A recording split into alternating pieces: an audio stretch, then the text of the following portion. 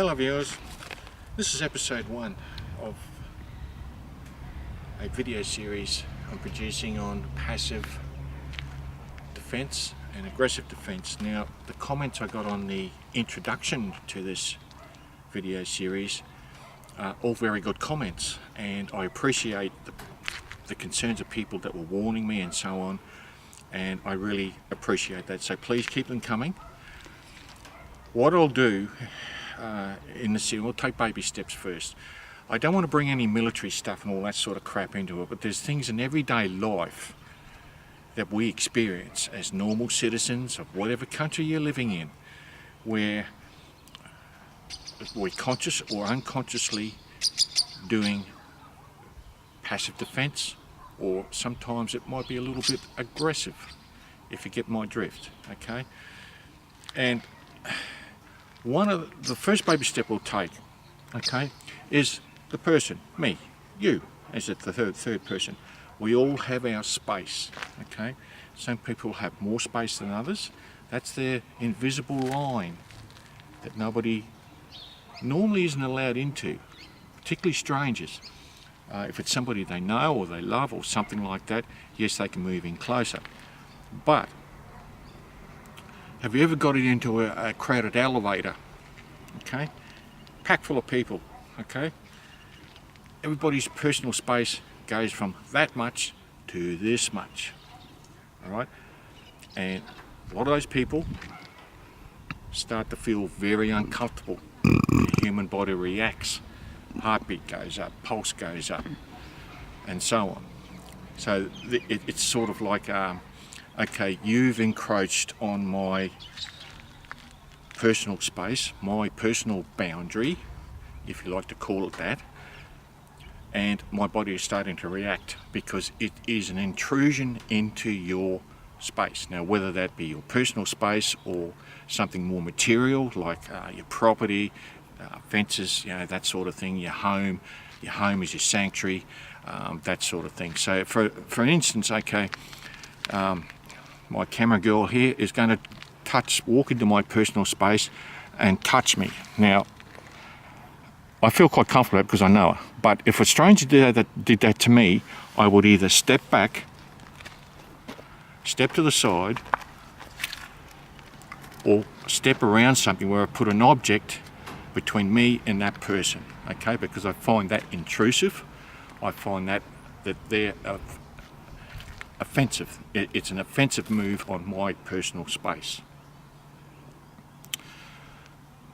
If the crowded elevator situation, people they start to have panic attacks. It's a normal reaction to the person.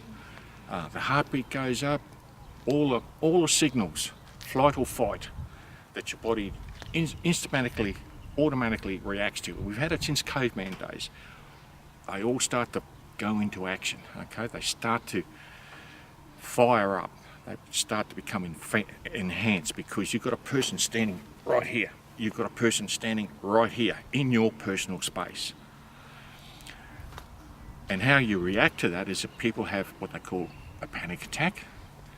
They might try and shift to one side, intrude, push harder against somebody else's personal space to give them more space between this person and that person, and so on like that. If you walk into an elevator where there's only 3 or 4 people, just observe where those people stand, okay? They don't stand huddled up in one corner. You might have some person near the button to let you off on a certain floor or whatever the case may be, but you'll find the other people with their personal space will stand around the walls or the corners of the elevator away, as far away as they can get from the other people, because that's their personal space. That's being passive defense. It's an automatic thing with human beings, and indeed a lot of animals too. So if someone comes into my personal space, puts their hand on my chest, I can push them away, okay? That is what we call an offensive defense. I've pushed them away gently. I haven't hurt them. It's just letting them know that you're in my space and I don't want you there, okay? Or, as I said, step around, step to the side, put some object between you and them. It could be a table, it could be a chair, something to let them know that back off.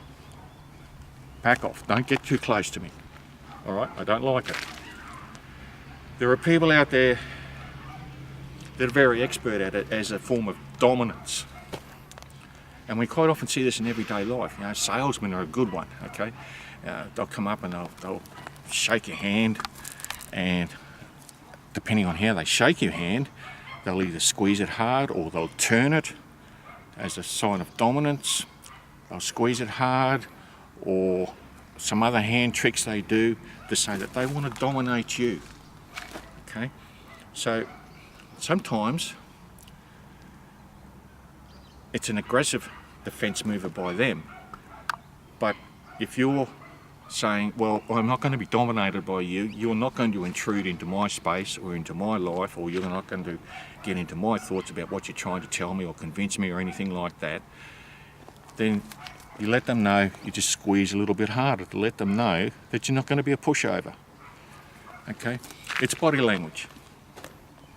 And this is on an individual basis, that invisible cone of personal space.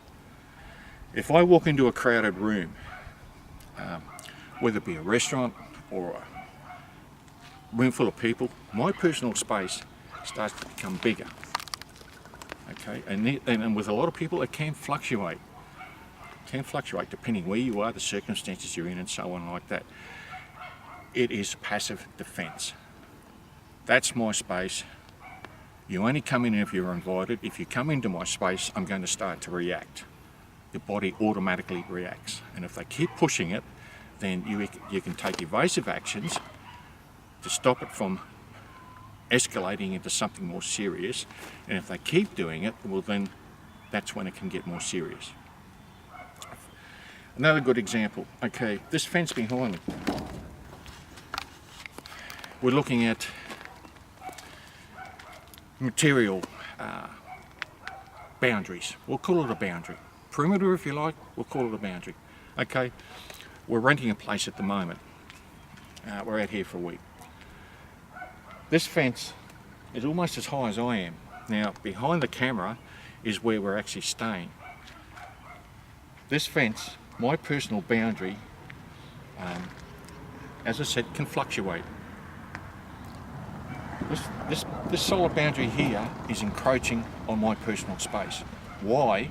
Because even though it's protecting me as far as privacy goes from something on the other side of that fence, to me, I can't see clearly what's on the other side of that fence, whether it's going to be a threat, a stranger coming into the place. I've got no idea. So my senses are heightened. Sight, hearing, and sometimes smell. So that's one form of passive defense. There are lots of ways people have become very expert at intruding on people's defense. So that's the first baby step. That's something that a lot of people know, some people recognize, some people just automatically do what they have to do to get that person out of their personal space, or on purpose as a sign of dominance to get some sort of reaction out of that person, whether it's, let's say a used car salesman, he wants to sell you a car, all right? He'll get right up in your face, into your personal space, and when you're walking around the car, he'll be right up your clacker, okay? He's in your personal space. That's a form of aggressive defense on his part, or their part, all right, to make you want to do something, to get something out of you. So that's the first baby step. As we go on, we'll step it up a little bit, and it'll relate to everyday life. Things that we take for granted, sometimes we may not realise, some people do. Observations, awareness, things like that, okay? So, for this fence, yeah, to me, that is bordering on being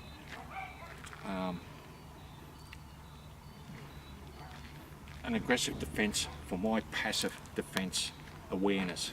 because I can't see what's on the other side of that fence. Okay? It's a solid barrier.